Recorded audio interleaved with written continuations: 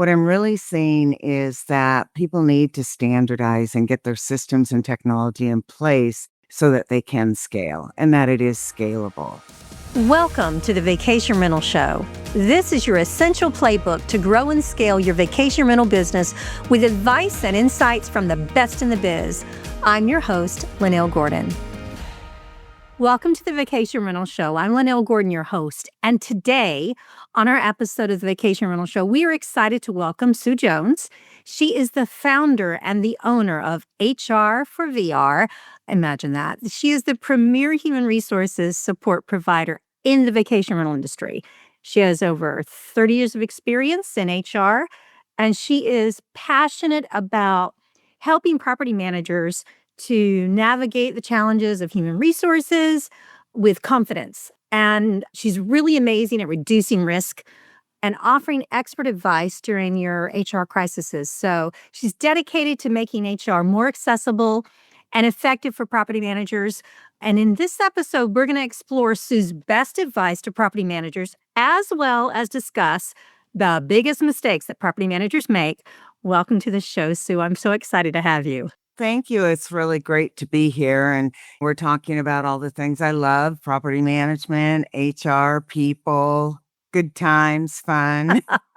So it really is. It's fun, and we work with the nicest people in the industry. So what's not to love about our job? Tell me that. I just want to say this before we start, because I always found this really interesting. Sue joined the Navy. How old were you, Sue? I was 17. 17 years old as an electronic technician. She was like one of only 4% of women members at that time. And you said something once that really stuck in my head. You said that you credit your ability to make decisions quickly, which is so important, guys, as entrepreneurs, period. You have to make quick decisions. You said that you learned that in your time in the Navy. And so I just love that. It's like one of my favorite little fun things about our industry. Tell me this. So what advice would you give to property managers who are looking to grow their business? Yeah, it's really interesting. As you well know, the industry's really shifted over time. And where I maybe had been working with property managers with large portfolios and that, since COVID, there's been a lot more working with individuals who are getting ready to scale, who want to put their systems in place. What I'm really seeing is that people need to standardize and get their systems and technology in place so that they can scale and that it is scalable. And when I think about that and I think about these systems, it's really around your processes, your operational systems, how you're going to move from one thing to the next. And it is kind of interesting because when you think about entrepreneurs and we start these businesses and we're all very creative and we bring in all of our friends and family and anybody we know to get the job done. And we get to a certain point and then we realize in order to scale, we have to go back and create the structure and put the infrastructure back in place to support that growth. And a lot of times I do find people will scale too quickly without that. But the more important piece I think about is really the workforce planning. And today, this is more critical than ever because as you look at your business today, you really need to be thinking about what's it going to look like in 3 years from now. And does the team I have in place today have the capabilities to get me there? Also, if the team you have in place today, do they have the capabilities to really grow and to evolve over the next 3 years? And truly what I mean by that is that there are some people in business today, and I'll consider myself one, a baby boomer who loves technology, but my attempts and my approaches with technology are a lot slower than others. And so when you think about AI and how we're utilizing AI in the workforce today, how does that transcend to these different generations and to people's competencies? So I really think that as we look at this workforce, you've got to really think about, am I hiring people with the capability to do the job today? Or am I hiring people with the capability to do the job 3 years from now?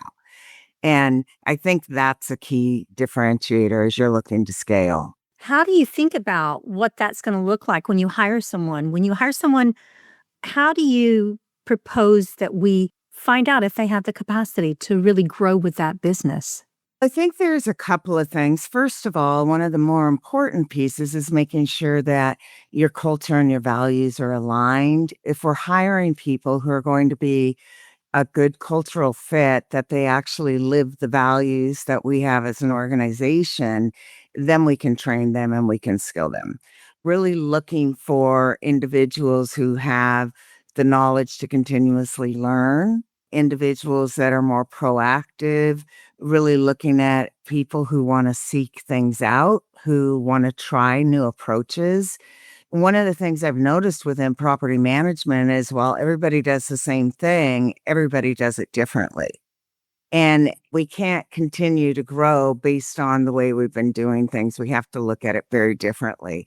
And I actually love the fact that we've got the millennials and then younger generations coming in who are really technically savvy. However, they don't have the street smarts, they don't have the business experience that gives them the maturity to maybe make some of these decisions.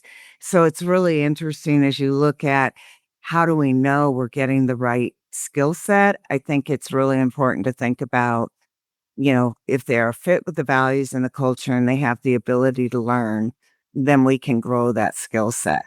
How do you test someone to know their work ethics, especially if they're young? We're talking about people that are good with technology. So we want somebody who is enthusiastic about technology. They don't necessarily have to be young, but how do you know if they have the work ethic? Because if you're going to grow your business, you're going to have someone that has the same work ethic as you do to be there for the business. That's right.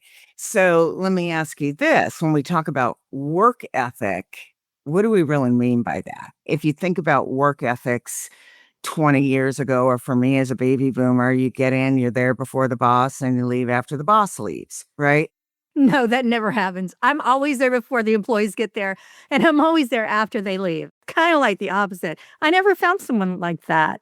I would say in this environment, the biggest challenge comes with the remote workforce and the fact that property managers have been used to seeing butts and seats, right? They're used to seeing people there from 8 until 5 without really truly measuring their productivity or efficiencies. So the big challenge when people started going remote is how do we know they're working? How do we know they're not running off and going outside and playing frisbee or whatever? But how do we know they're actually working throughout the day? And this is where I like to think about it's not necessarily the work ethic as much as it's the productivity and the performance. If they're getting their job done, then the amount of time that takes is up to them. And sometimes you'll have people who will be putting in hours round the clock, and sometimes you'll have people who are going to be putting in hours from 8 until 4. But it really comes down to the performance and making sure that the work is getting done and getting done in a consistent manner that's bringing the same quality. Work ethic is really interesting because there's a lot around it. And you think about also the younger generation, the millennials, people who graduated from college during COVID. They don't have business experience. They come to an office and they've never even had work experience. So it's up to us to really start to teach people and to guide them. So I have a question. Let me get your guidance on this. Because as we talk about work ethic, I recently was evaluating a remote worker, and I'm also looking to grow, especially in what I'm doing. I knew because I work a lot. So I'm texting this person all the time on the technology we use, and I would get a text back. But guys, the technology now is so much better. We can tell if they're actually sitting at their desk in front of their computer now. And I knew that the worker was not sitting in front of the computer. And so, but listen, the work was getting done, but I was wondering, could I get more? Because I felt like there were a lot of things that needed to be done that I didn't have anybody to do. And I was hesitant to reach out to this remote worker. So I noticed that they weren't actually at their desk. And I asked them to keep a note because when they first were hired, I said to them, just as long as you get the job done. But then what I did was allow us to get a lot of volunteers. So now the volunteers do a lot of this work. And I was like, okay, I need to know exactly how much I'm paying this person so that if I have to replace them, I'll know how much it cost me. And so asking the remote worker to keep up with their hours, I think they were as surprised. They were more, I wasn't surprised. I knew how many hours, but they did not. And so, what is the best way to hold them accountable for that? One of the things is finding something that really challenges these individuals so that when they are completing their work ahead of time, they're excited and engaged about working on new things. That's the biggest thing people are looking for is challenges. There are certain people who like to come in and do their job and just maintain it. I think about accounts receivable, accounts payable. You know exactly what your day is, day in, day out, and that's what some people love. Others love to come in and do the job and get it done and move on and do something else. And so always having kind of that carrot hanging out there that will really drive them to even complete their work sooner so they can work on these projects that they're really passionate about.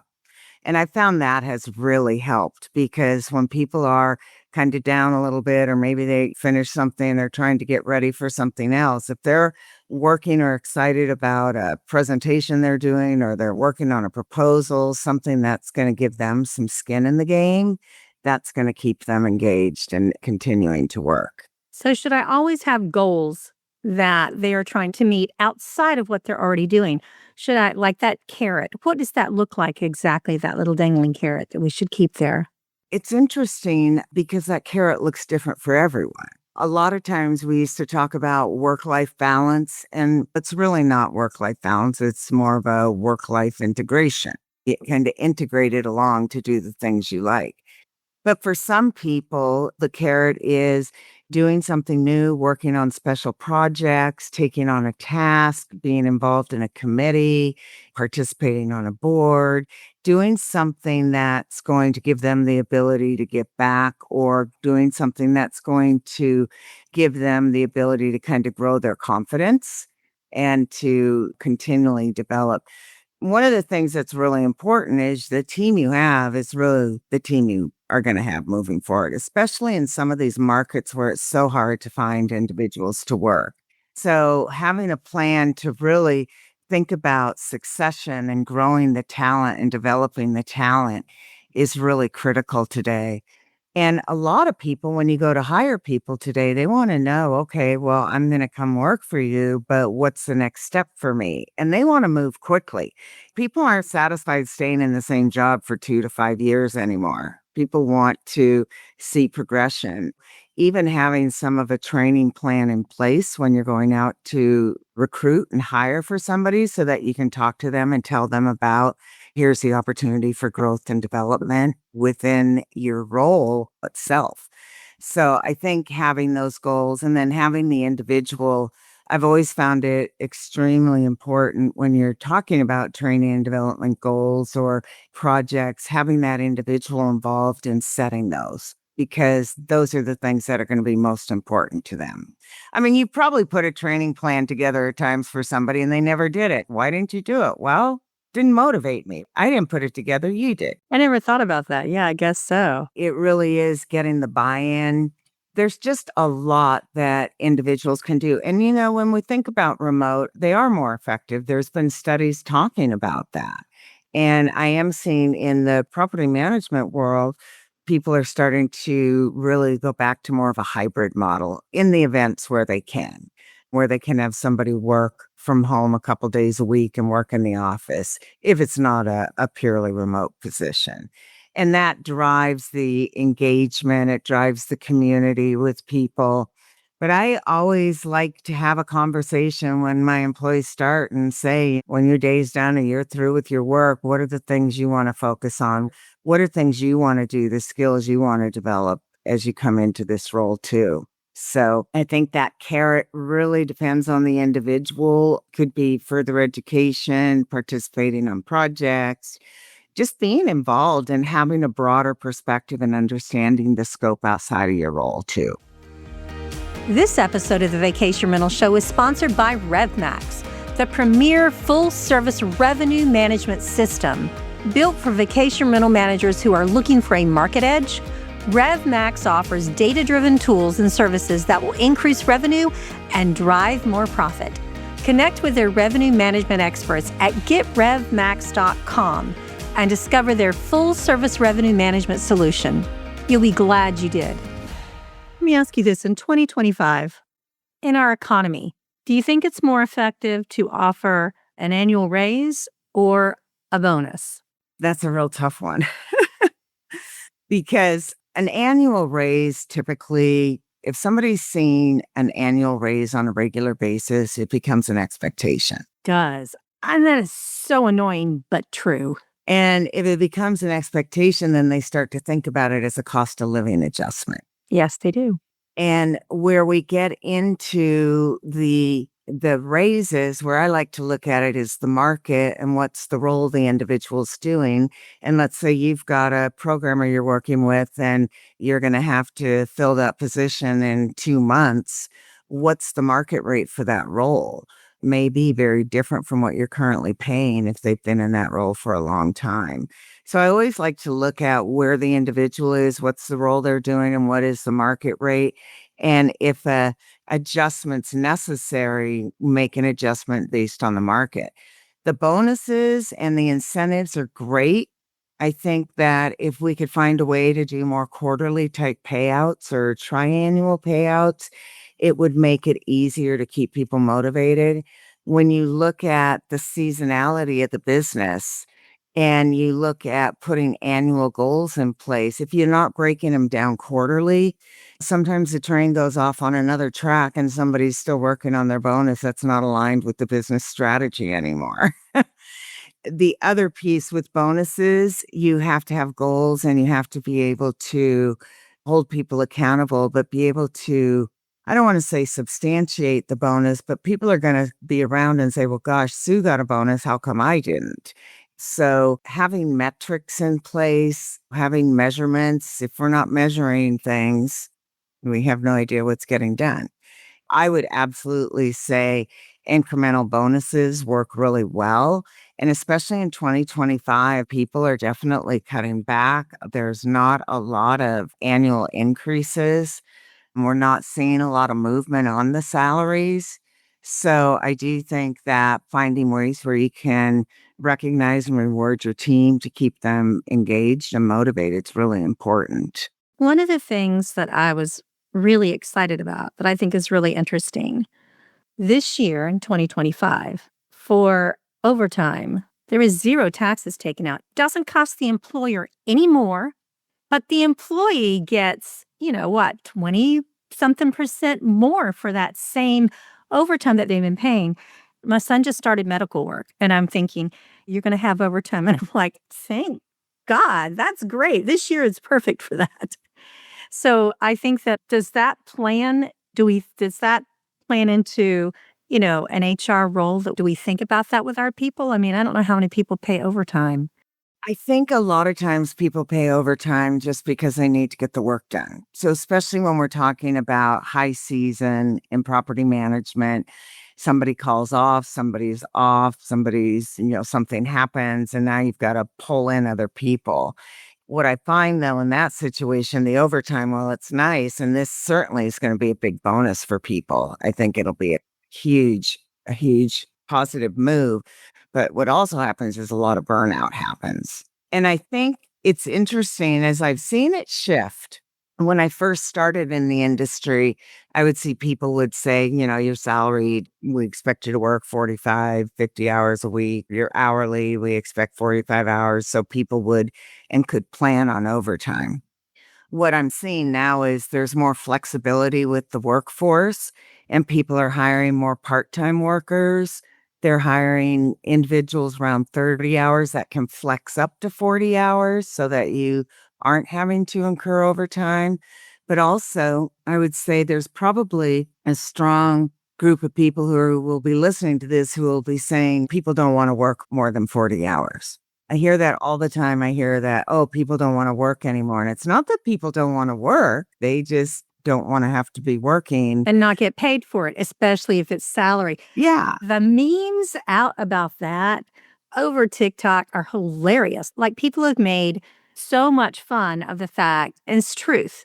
And I don't know if that's just we're used to the fact that they expect the same person to work 45 hours or even fill in for a supervisor and get paid the same. And I think people are just looking at that saying, I don't know that I'm willing to do that. I don't know if it's a particular set of people as far as when you were born, but it's a huge concern for new people that are entering the workplace.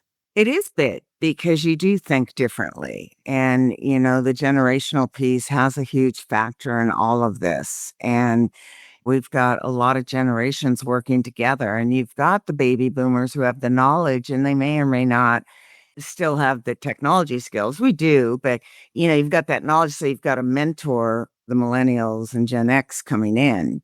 And vice versa. They need to really mentor us on utilizing technology more effectively.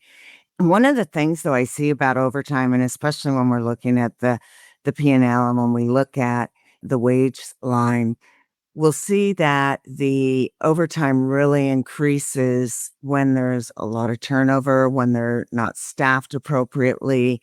And one of the things that I've seen as unintended consequence is property managers will give people unpaid time off. They think, here, you've done great, we'll give you some unpaid time off. Well, that unpaid time off creates a liability because the work still has to get done. And so that work is getting done by these other individuals who are still there. And one client I was working with, we did some analysis on that, and it ended up they had given over 6,000 hours of unpaid time off throughout the year to different employees, which equated to 3 full-time equivalents. So you're counting for 3 full-time equivalents in the business that aren't working. So there's a lot of really interesting dynamics and things to look at when we're looking at the workforce and planning for this. And that's where I'm starting to see this 30 hours where people can ramp up. You don't have that overtime when somebody's out. It's not as hard to fill. And then the other piece that's really adding complexity is the fact that there are a lot of long tenure employees in this industry. And when they leave, you're not going to be able to replace them one for one because their ability and their skills and their knowledge, it's almost, if somebody's been with you for 5 to 10 years, you're looking at 1 to 2 people to replace. This is the most complex industry I've ever worked in. And I've worked in 9 industries. So, and that's where I think I love it, is because nothing is the same ever. And we do a lot of planning and we do it. We're not really good at checking and adjusting. When I go back and talk about standardization, I've done a lot of deep dives into businesses over the last few years. And their processes are still the processes from the days when they started when it comes to the HR side. There is an opportunity as we look to scale to really build those systems in place now and the infrastructure. And it's so much easier, I think, today than it was 10 years ago, because you do have within the workforce, you've got consultants, you've got subcontractors, you've got staffing agencies, you've got full-time year-round employees, you've got temporary seasonal. So you have a real mix you can draw from. Whereas before, we've kind of said either you're an employee or you're a contractor and never cross those lines. I'm going to change the subject, but it's something I just want to tell people that you are just incredible at. When I first started my business, actually, that's not true, about 10 years into my business, about 10 years in, I realized how important it was to have an HR notebook for the employees that my attorney was happy with. Let me put it that way. So this is something that you are incredibly good at. I will tell you that I know that you did an employee handbook for someone, and I happened to see what you'd done, and I looked at it and I said, that's remarkable. I have never seen a better employee handbook. And my attorney had gone through my employee handbook. And I mean, I'd already had her do it for me because, that's the thing we worry about in business. You want your employees to be happy, but you also want to make sure that you guard against lawsuits. So if you need an employee handbook, reach out. I'm just telling you that Sue is like the top of the line with that. What are the biggest mistakes you see property managers making, Sue? Even if we think about the handbook, I do a lot of client training, on-site meeting facilitation, and it always starts with the employee handbook. And the biggest piece is that we have this employee handbook, and Obviously, it provides protection to the company, but it also provides insurance for supervisors and managers on how to manage situations. And it gives employees information on how to act and what behaviors are acceptable, et cetera. But what happens with the handbook is the supervisors and managers never get trained on how to manage those policies consistently.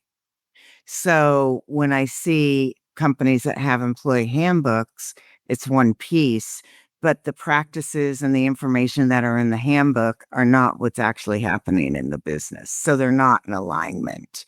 And when I think about that, that's a big concern because today, from an HR, well, let's just talk about regulations. All the regulations going on, well, we have all those in HR as far as compliance as well. And when we're talking about remote employees today, the biggest thing going on is the dual taxation. And is there reciprocity between the two states? Are these employees having to pay two state taxes and file for that? And so there's a lot going on there. But I do think that the biggest takeaway for me is that making sure you have the operational structure and the infrastructure in place before you grow. Because once you start going after that, that's when, things start dropping through the holes or people go back to old ways. You can have all your SOPs up there in the cloud. They can be on a book on your desk, but reality is people very rarely look at those SOPs because they think they know how to do what's getting done. This is where these deep dives have been really helpful, coming in and kind of just doing a deep dive into the processes and making sure that they're staying fluid, that they're adaptable, that you're continually flexing with them. And then the other piece about this is the system and process. And I always look at when you set your business strategy, then you have to set your people strategy.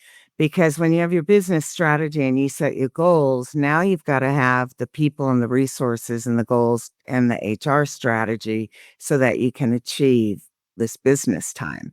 And a lot of times people don't necessarily go to that step. And what I see is that it's all about heroics and hustle, and it's about putting out the fires, and people are being rewarded for putting out fires and crises instead of taking time and putting the process in place so people can be proactive. Kind of goes back to Stephen Covey and those four quadrants. If you're always in that Q1, you're always putting out fires, but when you put out those fires, you're getting recognition. We've built this that if you're a firefighter, you're doing a great job. We've got to really move away from that. And the way to do that is to free up a lot of the manager's time so that they can actually manage their team. I'm finding that most managers in the industry today, they have a full-time day job. And then it comes to managing their team or coaching their team or developing team. When I ask managers what's the thing that falls to the bottom of the priority list, without a doubt, it's developing a team and it's documenting. And when I look at a job description or I look at a role, I like to think about managers having 20% of their time to coach and develop and train and to grow their teams because not growing their teams. So really thinking about 20% of their time. So if somebody's working, 40-hour week, that's 8 hours and that's a day.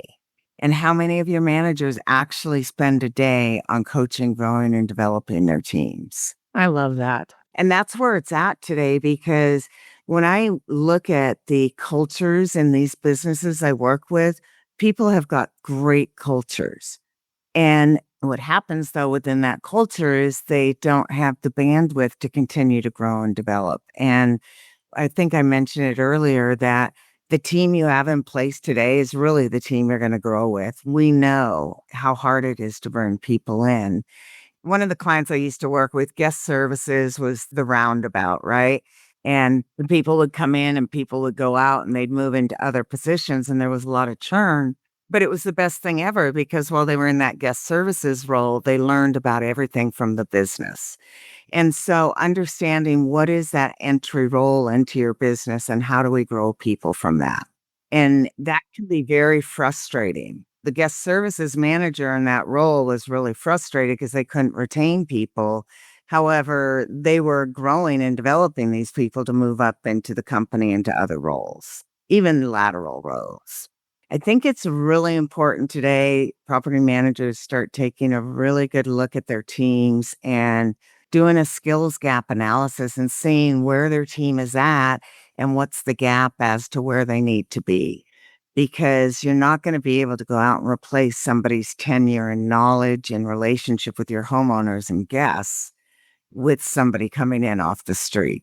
It's a really dynamic time. I'm actually really glad that HR is kind of at the forefront again because people are starting to recognize the value of the people that are in there and they are your asset. For sure. When you think about the manager's role, especially a manager that manages managers, think about that because we have managers that manage managers in our property management because you have different areas. Of course, you're going to have somebody that's over that.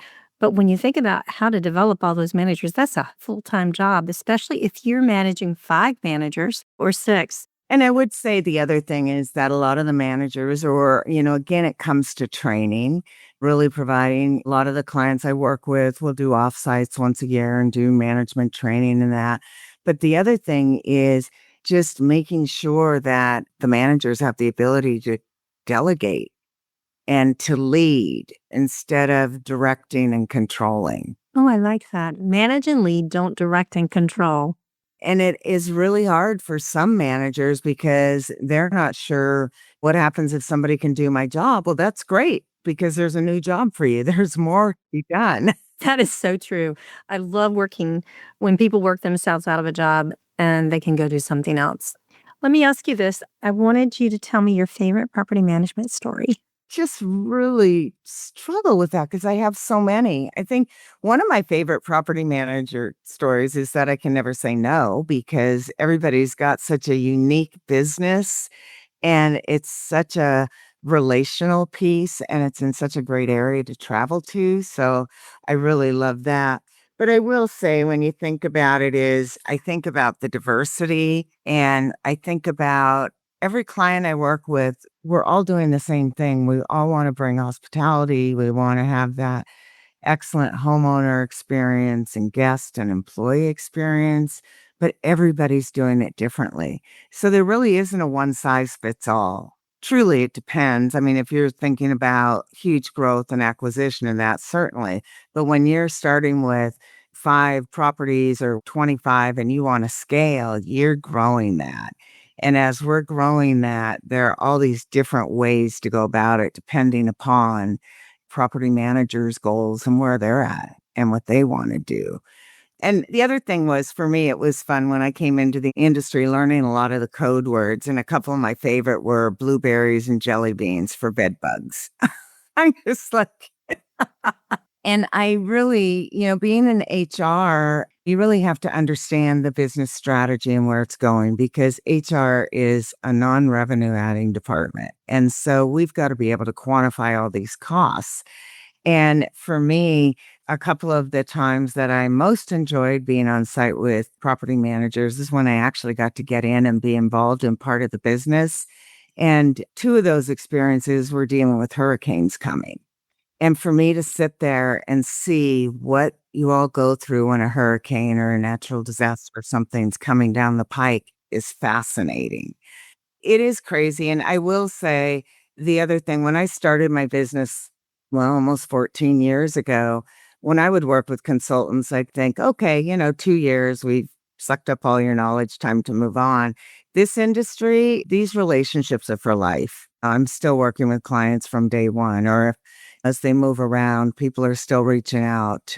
So I really, really love the relationships. And even when I exit from HR, I'm still going to stay around in the industry because this is where all the relationships are. It's just been fascinating and it's been really fun. The one thing that you guys have to know about Sue Jones is that I've been in this a long time, a lot longer than 13 years. I have never heard anyone say a negative word about Sue ever. And I mean, never. You're a part of our family. My family personally, you're a part of our family. We love you so much. And I just want to tell you how grateful we are And I'm going to say that for anybody that works with you, how grateful we are for the work that you bring to our companies, the advice, the circumstances that you're able to create for the companies that you work with. I mean, just the ability to bring in strategies for creating policies that work around what we do, especially since we all do it differently. You're able to come in and craft that individually for us to make it work for our companies. And I love what you do. No one else I know can do what you do. And I think you're just the best at it. And I just want to say thank you for sticking around and being a part of it. And I hope that you'll come back. We're doing this short little series with you, Rochelle Hobbs, and I think with April. And we're going to talk, and I'm thrilled about that. We're going to have so much fun going through that because the amount of practical advice that you guys bring is just mind-blowing. So I know that that's going to be another amazing time together. So I just want to say thank you for coming and the Vacation Rental Show. I mean, I really appreciate that. And, I think it's been really hard for me as 2 years ago, I thought, oh, I'm going to step back. And I can't step back because there's always someone who needs something, but bringing in a business partner and so that we can really increase the capacity. And also that when I do step back, I know that there is going to be somebody in the industry providing these services. So I love that. it's really hard. But I thank you. This has been great. And I'm looking forward to sharing more as we go down the road. I look forward for our next meeting. My sister's very, very excited about that too. So I'm excited to see where it goes. So we'll see you on our next episode. And thank you for all the advice. If people want to reach out to you, Sue, and they need your help, how would they reach you? The best way is just to send me an email. It's pretty simple. It's Sue at HR for VR. I mean, I think you can't get too more simple than that. And it's a number 4. It is the number 4 VR. Thank you, Sue, for being with me. I appreciate it. I look forward to hearing more from you soon. Thanks. This episode of the Vacation Rental Show is brought to you by RevMax. To find out more about how RevMax can help grow your vacation rental business, visit getrevmax.com. Make sure to search for the Vacation Rental Show in Apple Podcasts, Spotify, and YouTube, or anywhere else podcasts are found, and hit subscribe so you never miss an episode. On behalf of the team here at Inhabit, thanks for listening.